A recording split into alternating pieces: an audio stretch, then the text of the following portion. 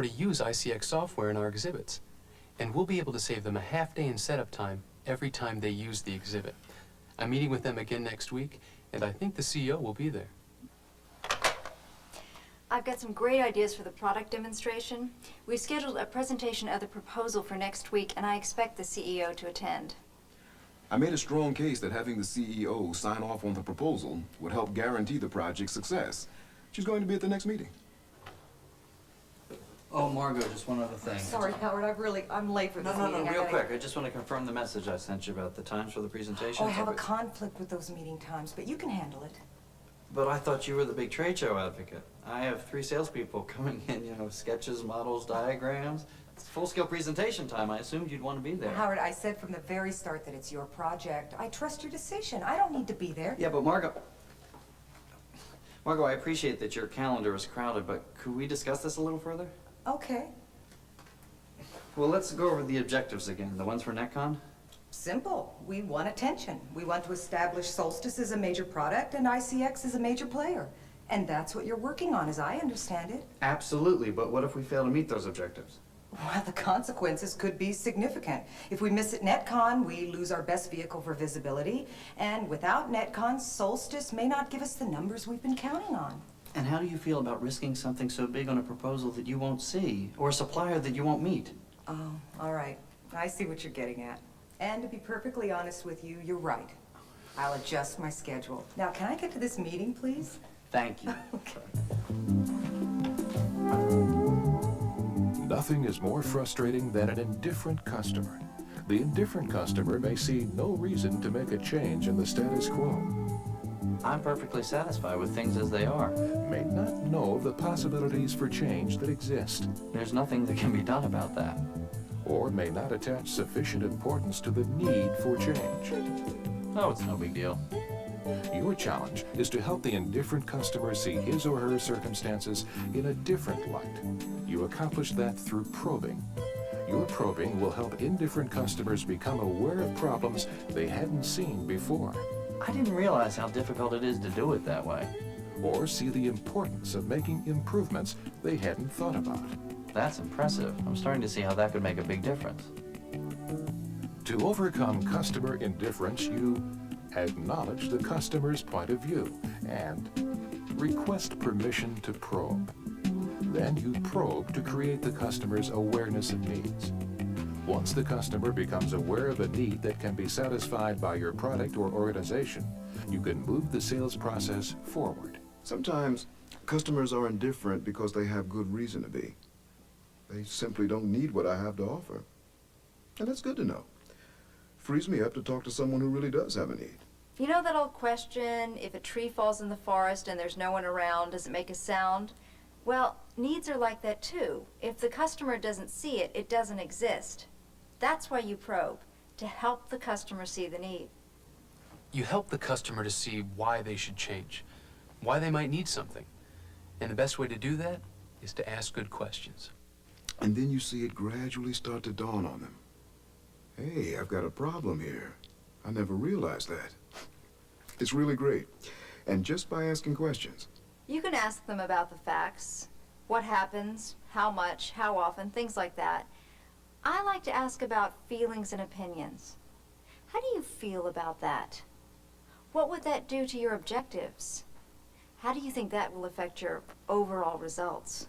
The hardest thing is sitting on your enthusiasm when you just know this person needs something you've got.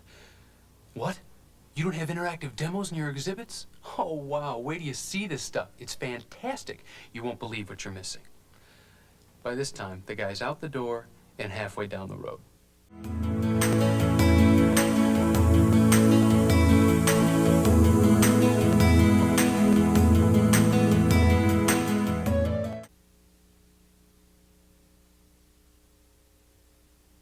So I'd like to see how you're currently using trade shows as a marketing channel and see if we could help you be more effective. Does that sound like a good place to start? I'm sorry, I must have misunderstood about your services. We're very minimal in the trade show area. I think you're probably wasting your time talking to me. Well, I appreciate your candor. And it may well be there's nothing we can do for you now. Still, in a high-growth industry like yours, the need for trade show services can develop very quickly. Last year, you had a small presence at NetCon, Next year, who knows? You saw that? Well, I see most of the big shows in the area. What did you think? Well, it depends on what you were trying to accomplish. If I can ask a few brief questions, I might be able to give you some suggestions that would be helpful. Would that be all right? Sure, why not? First of all, what part do trade shows play in your overall marketing strategy? Mainly visibility, getting our name in front of prospects. We figure we're going to go to some shows anyway, so for not too much more money, we can have a booth.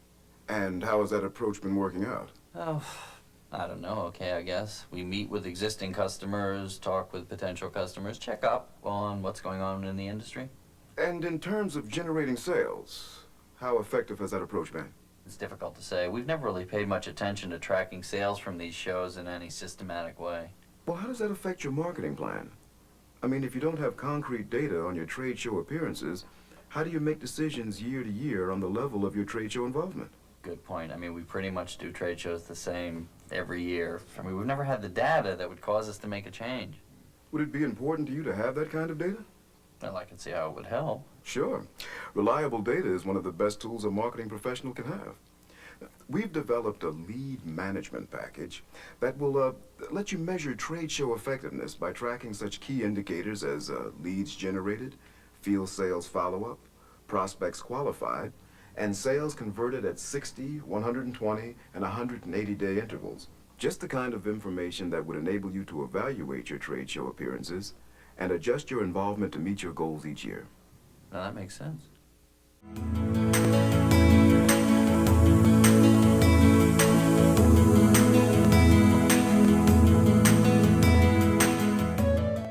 Jeff Daly? That's right. I'm sorry, I thought my secretary said Jeff Bailey. He's my accountant. Please sit. I'm sorry, I'm afraid I don't know why you're here. I represent a trade show exhibit firm you might have heard of.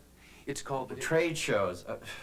We're not a good prospect for you. We've never had the budget to do more than the bare minimum for trade shows. Well, I'm sorry about the confusion, and I do understand your budget situation.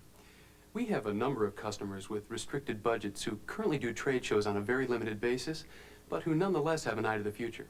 Since I'm here, I was wondering if you could spend a few minutes talking to me about what you're currently doing, just to see if perhaps there's some way we could be of service. Is that all right? Sure, why not? You talked about doing the bare minimum. What did you mean by that? Well, usually we rent the smallest space possible. We own one of those fold-up backdrops. We end up paying premium rates to furnish the area. You know how it goes. Oh, yes. And of course, you end up paying those costs at every show. Exactly. It's pretty annoying. I'm sure it is. Other than the annoyance, how well does the system do what you want it to do? Not great. The idea of being there is to establish our presence, but what we're presenting doesn't look all that impressive. Making the right impression is important, even within a limited budget. Our modular exhibit system has been designed to let companies like yours do precisely that. It's a prefabricated system of interchangeable units that lets you present a professional image at a moderate cost. It allows you to work within your current budget, but still offers options for future economical growth. Is that something that would be a possibility for you? Yeah, though I'd have to know more about what kind of money we're talking about.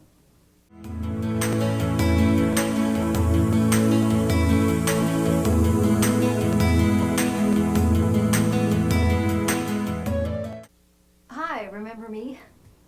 Oh, yeah, sure. You're, Sally Rutledge. Sally Rutledge. Come on in. I remember you stopped by the booth. That's right. I just saw another client in the building and thought I'd drop by and see if you had a moment. Or if not, I could make an appointment for another time. Well, I appreciate your coming by, but, well, you saw our booth. We're hardly a major prospect for you. I can see how you might think that. Well, it's just that we talked at the show about the problem of attracting the right people to your booth. There are some services we do provide which might be of help. I was wondering if I could ask you a few questions. Is this a good time, or could we do it later? Now's okay. Why not? Things at the show turned out pretty much as I'd expected. If you remember, we talked about analyzing the business cards you collect. We actually did that, and as it turned out, only about 10% of the people who stopped by the booth were the kinds of people we wanted to be talking to. What were you hoping for? I don't know that we had any particular goals, but I just wanted it to be more than we got. Why do you think the numbers were so low? Well, it's the nature of trade shows, I guess.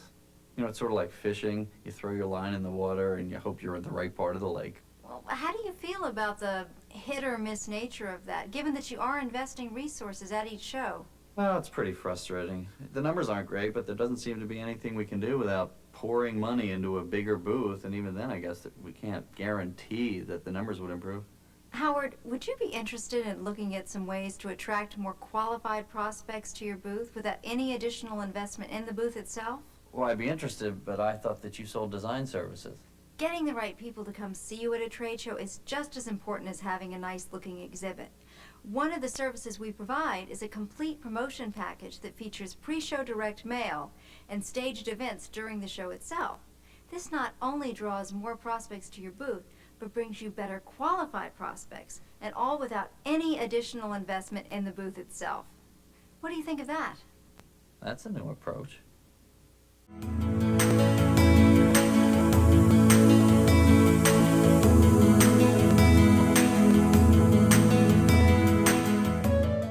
I'm Blake Phillips with DOES, Document Only Express Service Incorporated. I recently called on Evelyn Peters, a partner with an international marketing consulting group. Evelyn agreed to meet with me after a customer of ours she knows called her on my behalf. When I called to set up the appointment, I learned that Evelyn was using a competitor of ours. Nevertheless, I still felt there could be several opportunities for us. One was international deliveries, since this competitor's international service is not as fast as ours. So after opening the call, my strategy was to find out more about Evelyn's international shipments. Ian and I used to work together at another company. I respect his business judgment, which is why I agreed to meet with you.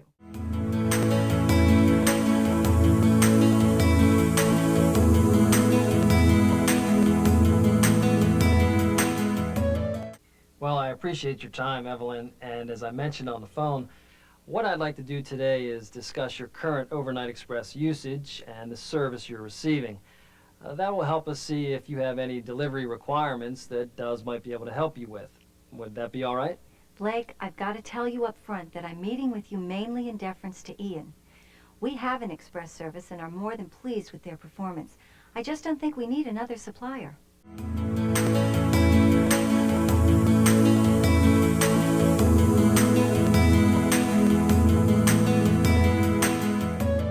I understand your situation. If you're willing, though, I'd like to ask just a few questions to see if there are any aspects of our service that may benefit you and your company. If not now, then perhaps in the future. Could we do that for a few minutes? Sure, I just don't want you to be under the wrong impression. I understand, and thank you. Now that I had permission to probe, I wanted to focus on Evelyn's international deliveries.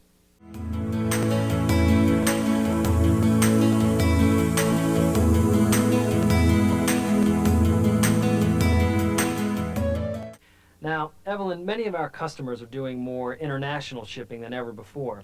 How much international shipping do you do?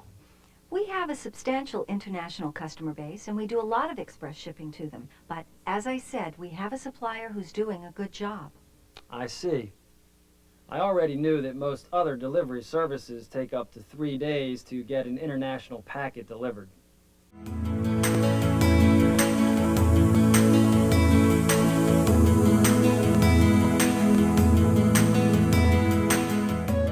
You know, many customers tell me that their international deliveries take up to 3 days or more.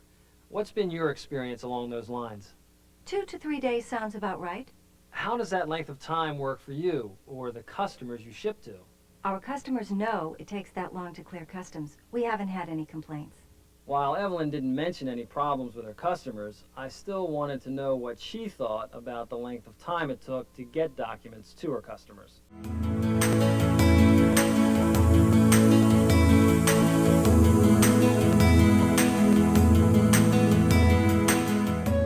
And you, how does that length of time work for you?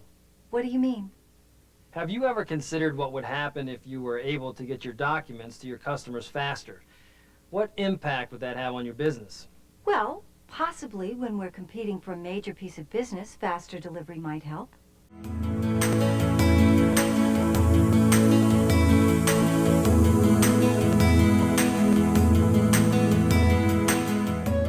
In what way? By getting our proposal to the customer faster than other companies. We'd show we were being a more responsive company. That could help differentiate us competitively. It sounded like Evelyn might have a need, but I wanted to make sure.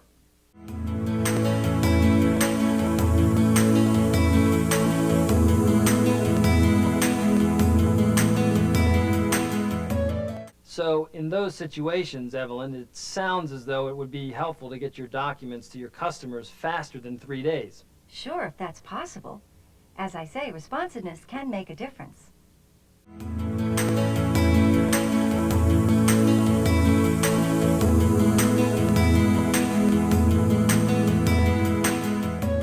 That's true, especially with today's competition. At DUS, we offer 24-hour international delivery. Our special customs clearing process ensures that your document will be delivered to your clients 24 hours after we pick it up. Now, that'll help differentiate your company through greater responsiveness. How does that sound? 24 hours. That's great. Since Evelyn accepted that benefit, I decided to probe into another area where I thought there might be another opportunity, specifically same-day service for domestic customers.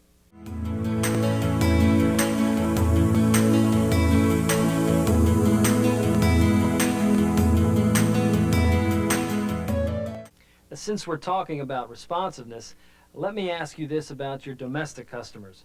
What do you do when a customer calls and wants a document that same day? Simple. We fax it. Has it ever happened that the document was too long or too confidential to fax? No, I can't think of a situation like that. There seemed to be no point in pursuing that topic, so I focused on what I thought might be another opportunity. Namely, the fact that we can save customers money through our shipping analysis service, something our competitor doesn't offer. To begin, I wanted to find out what cost containment procedures for express shipping were already in place.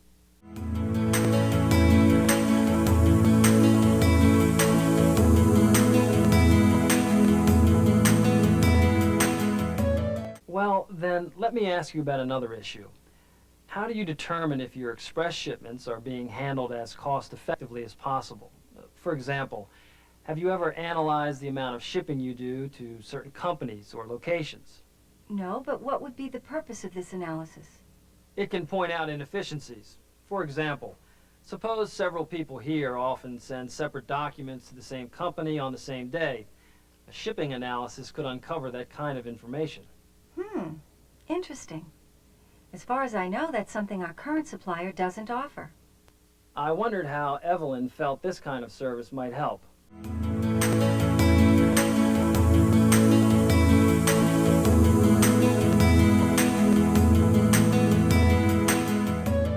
Evelyn, how do you think a service like that might affect your shipping practices? Well, it could help us get a handle on our shipping expenses and do things more cost-effectively.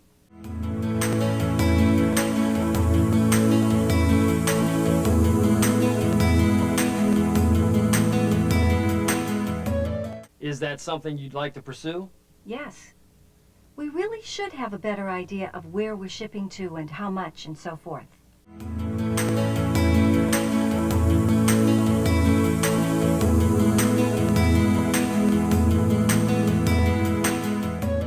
Knowing where the inefficiencies exist is the first step toward reducing costs. With our shipping analysis service, we'll examine your current practices and, where appropriate, we'll make recommendations to ensure more cost-effective express shipping. What do you think? I like that. I can see that once again Ian has exercised good judgment. I like what you've told me, Blake. Because Evelyn had given a strong signal that she was willing to move ahead, I decided to close. I felt the logical next step was to conduct a sample analysis and present a proposal. I needed Evelyn's help to identify and meet the appropriate people for the analysis, and her agreement to meet again to review the proposal.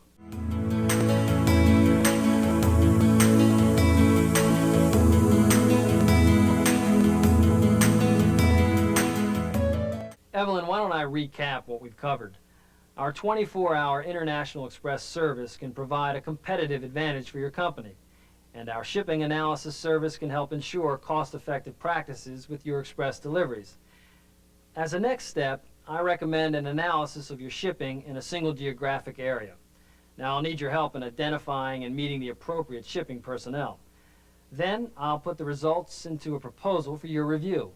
Does that sound like a good way to proceed? Fine. Tell you what, I'll talk with our shipping manager and find out what his schedule is like. Why don't you give me a call next Tuesday?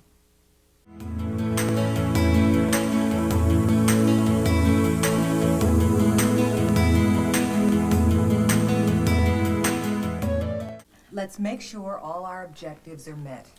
The biggest potential problem I see is that we're proposing a higher level of investment than they were anticipating. So I've described every aspect of the design in detail and can show them the added value we'll provide. And our big advantage is having their developer Willie in our corner. I know for sure I'm the only rep who even thought to talk to him. Don't worry, Margot, these salespeople have done their homework. As I see it, this decision will be based on the impression they'll be able to make at NetCon. We can offset any concerns with what we'll provide in terms of visibility in the trade press, credibility in the industry, new respect from the competition, and generally a feeling that they've arrived as a major player in the marketplace. Besides, Howard knows what our familiarity with their software is worth to them.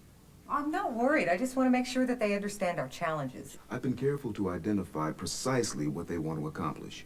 At each step of the proposal, I can show them clearly how what we're recommending for NetCon will contribute directly to the ultimate success of their marketing plan, in quantifiable terms. If I'm not sure about something, I'm going to question it. And if they don't feel comfortable with my concerns, then I don't feel comfortable giving them my trust or our business. So would you like to brief us so we'll be prepared? At any time during the sales process, a customer may raise a concern about some aspect of your product or be hesitant about making a commitment you've asked for. These concerns aren't necessarily obstacles, but are chances to move forward and forge a closer relationship with the customer. Above all, the raising of a concern signals a high degree of involvement on the part of the customer. She is interested in what you have to say and wants more information. There are 3 types of concerns. Skepticism. Yes, in part. But can we be sure you'll deliver on what you promise? Misunderstandings. We can't keep track of things at that distance. If something's off target, we won't know about it until we get to NetCon. And drawbacks. Well, based on the time estimates and the hourly rate figures you've given us, it will cost considerably more for labor every time we assemble this exhibit. Regardless of the type of concern, you use a simple process to respond. First, you must understand the concern.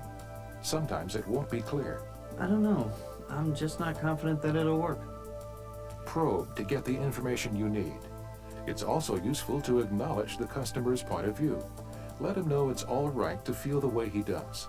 I don't know about the other designs, but I understand the importance of keeping costs under control. Next, provide appropriate information. The exact nature of the information will be determined by the type of concern the customer has expressed. Finally, check to make sure the customer's concern has been resolved. Does that answer your question? Remember that concerns represent possibilities, not failures. Concerns raised at the end of the selling process often mean the customer is close to making a final decision. Concerns can come up at any time in the sales process, from when you first shake hands to after the contract's been signed. You just have to accept that. Once I realized that customer concerns were inevitable and weren't a personal rejection of me, I was able to relax and address them in a professional manner. Sometimes you'd like to ignore a customer's concern and hope it goes away, but it never does. When a customer really feels free to question what I'm presenting, that tells me I've done a good job of creating an open and honest atmosphere. Then we can work together to do the best job possible. The more uncomfortable a concern is to deal with, the more important it is to deal with it correctly. Pretending problems don't exist doesn't do anyone any favors. There are 2 keys to resolving concerns. First, you have to really understand them. It's easy to assume the customer's saying one thing, only to find out he means something else entirely. Then, after you understand the concern, you have to respond to it honestly.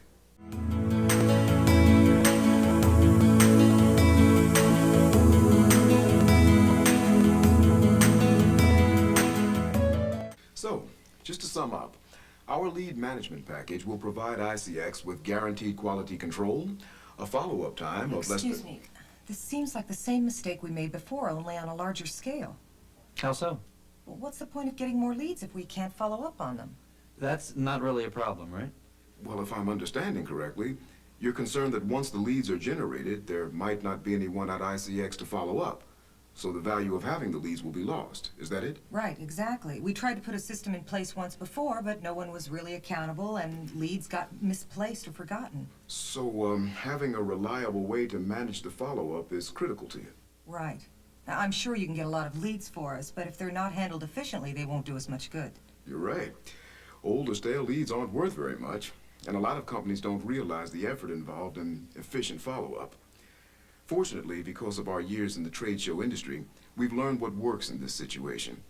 That's why our lead management package is a complete turnkey operation, which we run and manage for you. We do the literature fulfillment, we prioritize the leads and distribute them to your sales force, and we report back on all field sales activity. You don't have to worry about follow-through because we're with you every step of the way. You're freed of the administrative headaches to concentrate on meeting your sales goals. So it's completely hands-off from our standpoint. That's correct. Does that put your mind at ease about generating too many leads? Yes, in part, but can we be sure you'll deliver on what you promise? Well, I can appreciate that you'd want to assure yourself that every aspect of our plan is doable. I brought along a case description of a company very much like yours. It illustrates how our system works every step of the way. Now, on page 4, you'll find complete documentation of all leads generated, all follow-up activity, and the results, which were measured by prospects qualified and sales closed. Does that help? Yes, from what I can see so far. Oh, good. I'll leave this with you, and if you have any questions after you've looked it over, I'll be happy to answer them. Thanks. I'd like to take a closer look. Everyone's clear on how our lead management package works?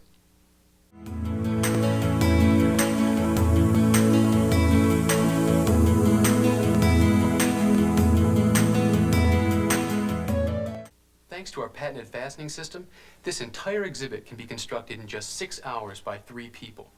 The shorter setup time means lower costs, which you've told me is an issue. Now, once the exhibit's been fully loaded in, we'll begin with... Look at this. 3 people, 6 hours? I find that hard to believe.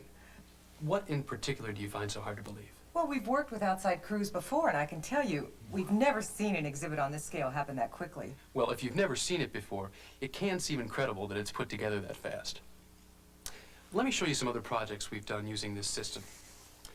We did this exhibit, which was quite large, just last month. The entire booth was assembled in under 7 hours. And this booth you might have seen at last year's computer show, and was put together in 5.5 hours. Here's some other examples.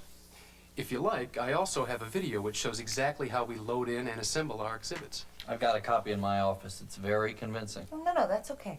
Does that answer your question? Yes, it does. It's just that the first time you see this thing... It really is amazing. And that's just the beginning. Once we have the exhibit fully loaded in, we begin phase 2 of the operation.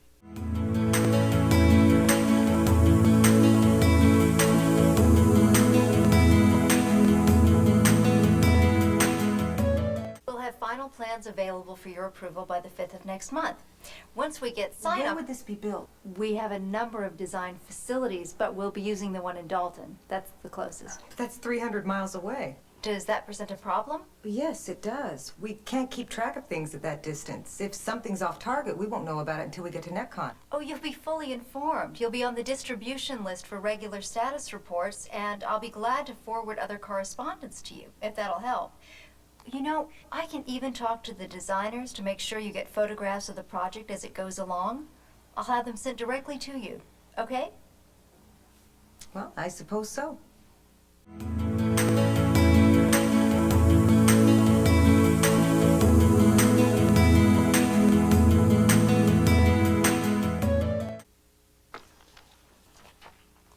I don't see anything here about technical support once NetCon is over. That's correct.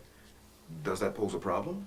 One of the other companies will provide technical support at several shows following NetCon at no extra cost. Will you do that? We can always provide technical support, although after NetCon there would be a charge for it. What problems do you foresee? Well, this is a large expenditure for us, and we'd certainly like to avoid supplemental costs down the road if we can. At the same time, we wouldn't want to risk our investment in any show because of technical problems with the exhibit. I understand your point of view. The ongoing technical support is something to consider in any booth with this level of technical sophistication. I wonder if we could take a step back and look at this issue in relation to your overall expectations for NetCon and the marketing of Solstice. First, We've talked about the importance of the exhibit itself and how our design will help you really stand out from the crowd at NetCon. We've also talked about the rigor of our design process, which ensures that your exhibit will look and perform exactly as you specify, thus minimizing the chances for technical problems during the show. In addition, we've discussed our support systems, which will help you meet your marketing goals for NetCon and beyond. We'll draw more qualified prospects to your booth with our pre-show promotions. We'll ensure more mentions in the trades because of the special events we've planned during the show. And most importantly, our lead management package will enable you to convert more leads during the show into actual sales. Now, when you consider all these factors and how they'll enhance your marketing goals for Solstice, would you be willing to move ahead without additional technical support?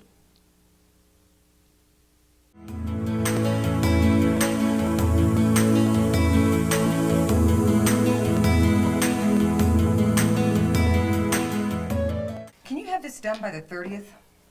I'd like to think about that. Help me understand what's important about that date. Well, we're having a major meeting of our investors and industry analysts on the 1st, and we'd like to have a completed exhibit to show them. You know, kind of a hands-on preview. And one of your competitors tells us that they can do it. Can you? I'm not sure our schedule will permit it. May I ask where they'd have this preview? At their design facility. And will this be the finished exhibit? That's right. I see. Well, our design schedule targets completion on the 21st of the month. How important is it that you have a completely finished exhibit by the 1st? Well, it's something we'd take into consideration when we make our final decision. Well, I can certainly understand why you'd want to show that off to your investors. Could we step back for a moment and consider the larger picture? You've mentioned that projecting an image at NetCon of ICX as a breakthrough company is extremely important. You've told me that our design will do this for you. More specifically, we've talked about how we're the only supplier with the technical sophistication to provide you with a programmable display system which really demonstrates ICX's spirit of innovation. You've also spoken of the importance of having a high comfort level with your supplier, given the technical complexities of the demonstrations. Since we have 2 years of experience networking exhibit computers using ICX software, we can bring you a high level of assurance that everything will go smoothly at the show. Considering the importance to you of a successful NetCon appearance and the unique ways in which my company can provide that, would you reconsider the need to have a completely finished exhibit to show your investors?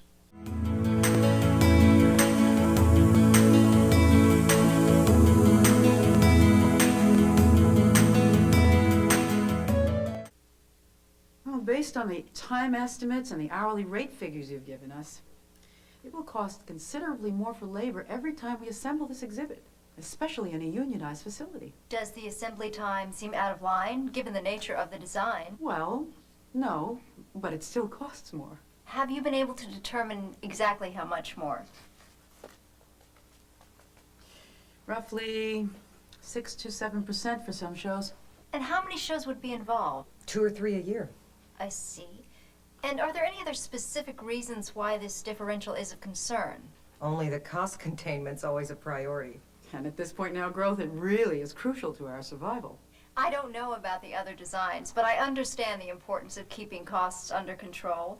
And it is true that extra assembly time is one of the engineering trade-offs of our more rugged construction. Since this is an important issue, let's put it into a wider perspective. We've said that one reason for the sturdy construction of the booth is the increased crowd size we're anticipating as a result of the interactive demonstrations we've designed. We've agreed that the demonstrations will substantially increase the interest level of your prospects and even enable you to close sales during the show itself. And you were impressed with the fact that by adapting the demonstrations to your 4 major markets, we have provided you with the ability to use them in other applications and get extra value from your investment. Finally, there is the booth design itself to consider. Remember how excited you were about the way in which the demonstration concepts are echoed in the exhibit design and vice versa? And how we agreed this would help prospects remember key benefits of the software? When you consider all the pluses of the booth design and demonstrations, do you think you could absorb the slightly higher labor costs at some shows?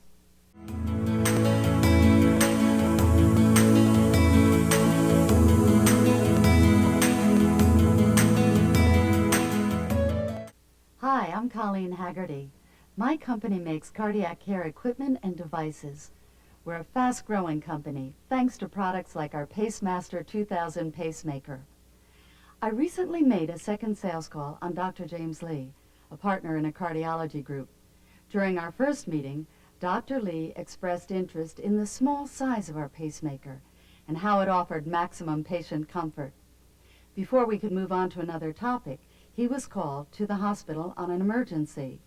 So my plan for this meeting was to explore additional ways Pacemaster 2000 might help Dr. Lee and his patients. Everything turned out well. His condition stabilized, but enough about that.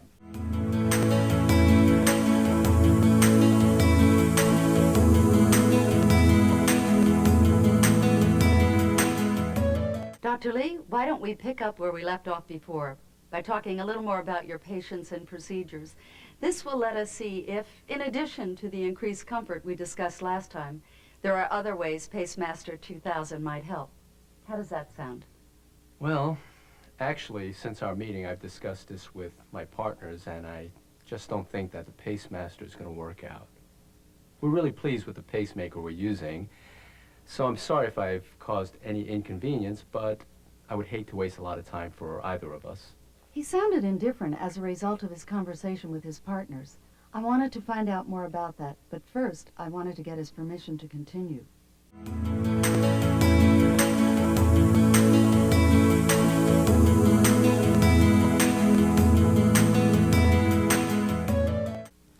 I appreciate that, Dr. Lee. I also don't want us to waste time. If you don't mind answering a few questions, though, we should be able to determine fairly quickly if there's a reason for us to continue. Can you spend just a short time answering some questions? Well, that's only fair, but I'd appreciate if we can limit it to about 15 minutes. I have an important appointment.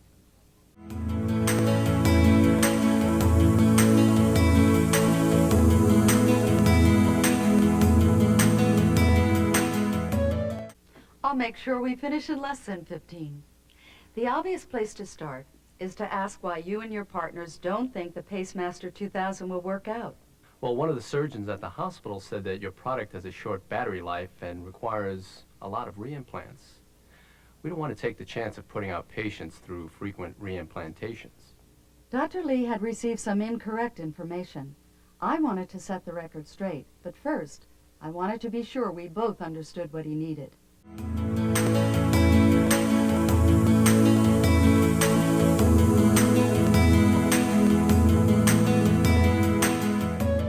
So it's important to you and your patients that a pacemaker require as few reimplants as possible. Is that right? Exactly.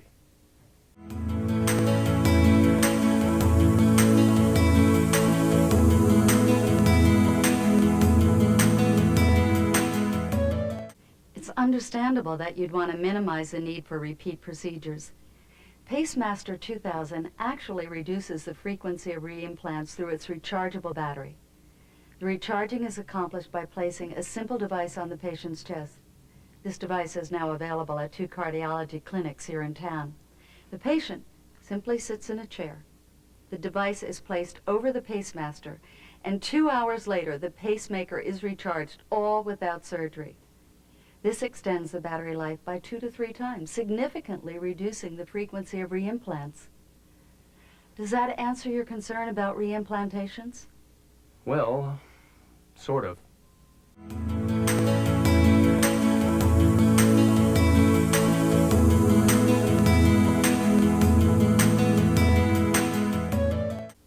You seem hesitant. Do you have a question? I like the rechargeable feature, but the extension of battery life, I don't know.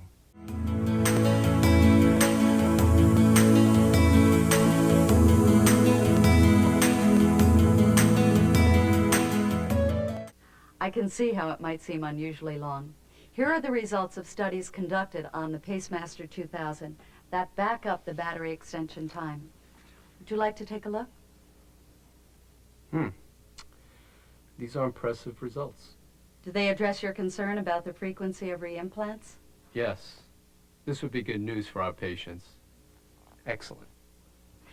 Now, Dr. Lee, I'm interested in getting your reaction on the pacemaker you're using currently. Is there anything about it that you'd like to see improved? No, not really. At this point, I wanted to focus on an area where I felt an opportunity might exist.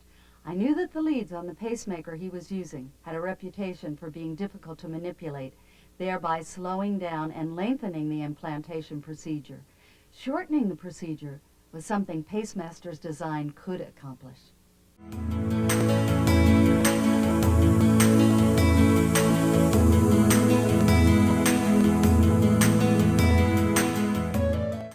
Dr. Lee, let me ask you this.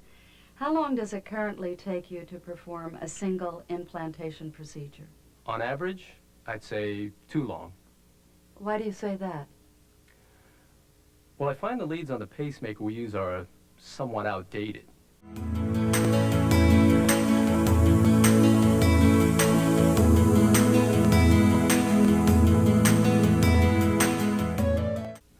Outdated? In what way? They can be bulky and difficult to manipulate. On some procedures, I spend a frustratingly long time trying to position them.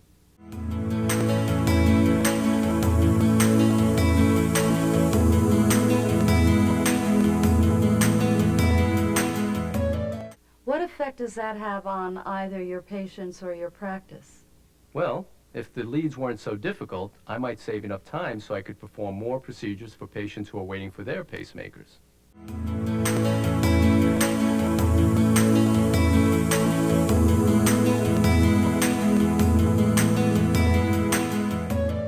So you'd be interested in cutting down on the time it takes to implant a pacemaker so you can help more patients?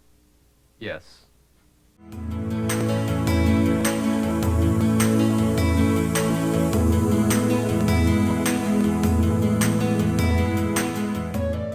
I agree. It's important to help as many patients as possible.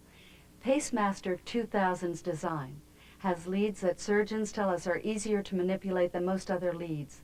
This allows you to perform each procedure faster, giving you more time to see more patients. How would that work for you? That's something I think would really get my partner's attention. You know, I have to confess that when you came in this morning, I was ready to just say no. But I really like what you've told me, Colleen. Great. We're getting close to 15 minutes, so let's review what we've talked about. We've covered 3 topics. Wait a minute. I just thought of something else we discussed. We felt that your pacemaker is too new.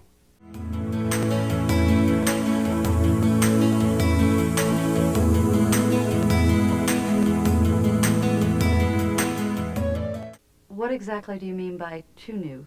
It hasn't been subjected to long-term clinical use. Now, I know Pacemaster has been through rigorous clinical testing, but as far as my partners are concerned, that's not good enough.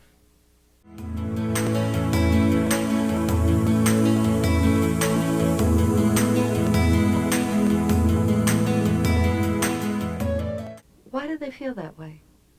They just feel that our patients would be more comfortable knowing that they're getting a pacemaker that's been in use for a while and proven itself.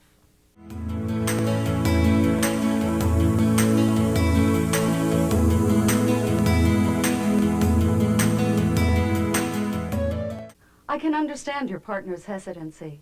Let's step back and look at the other things that you said are important to your patients. You mentioned that you'd like to offer your patients a more comfortable pacemaker, something that Pacemaster's small size can provide. We also talked about fewer reimplants, which Pacemaster's rechargeable battery can help with. That's true. And we discussed how Pacemaster's innovative design can help you help more patients, since each procedure will take less time. Right? Dr. Lee, do all those benefits of the Pacemaster help outweigh your concern about its newness? Well, I guess it does, now that I think about it. Okay. As I say, I like everything you've told me. What's next?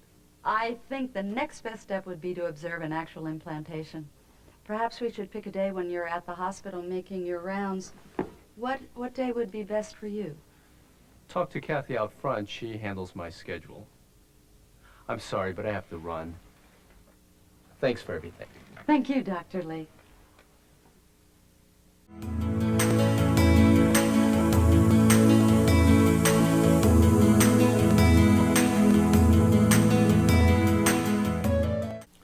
So what'd you think? Oh, it's a difficult choice. I really like the fact that these people are customers of ours. You know, their familiarity with our software will save us money. And it increases my comfort level. Yeah, mine too.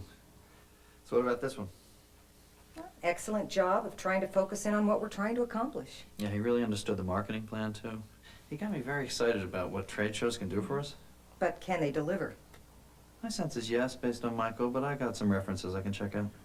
Oh, now this one was really good. Yeah, great ideas in the demo. It was interesting how she got Willie involved. Probably can't go wrong with any of them. That was my thought. The booths are all workable, the financials are in line, and the organizations are all reputable. I have confidence you'll select the one that will serve us best in the long run. All suppliers seek to differentiate themselves by creating better products and providing superior service. But in today's rapidly changing world, few companies manage to hold a competitive advantage for long. Increasingly, customers must choose among suppliers offering remarkably similar features and benefits. That's why, in more and more buying decisions, it is the salesperson who is one of the key differentiators that tips the scales one way or the other.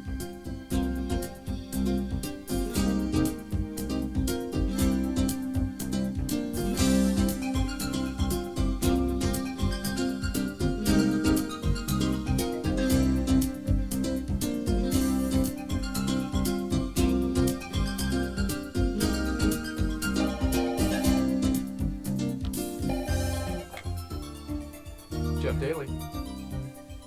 Oh, yes, Howard. Good to hear from you. Sally Rutledge. Howard, hi. Thanks for calling. Michael Brand, good morning. Oh, hello, Howard. How are you? Yes? Well, yes. Wow, that's wonderful. Yes, that's terrific news. Well, Howard, at what time would you like me to be over? We could talk about signing the contract. Fine, fine. So what made you go with them? You know, a lot of things. I mean, the first-rate proposal, great design on the booth, focus on what would help support the marketing plan. You know how a lot of little things add up into a decision just becomes obvious? Oh, sure I do.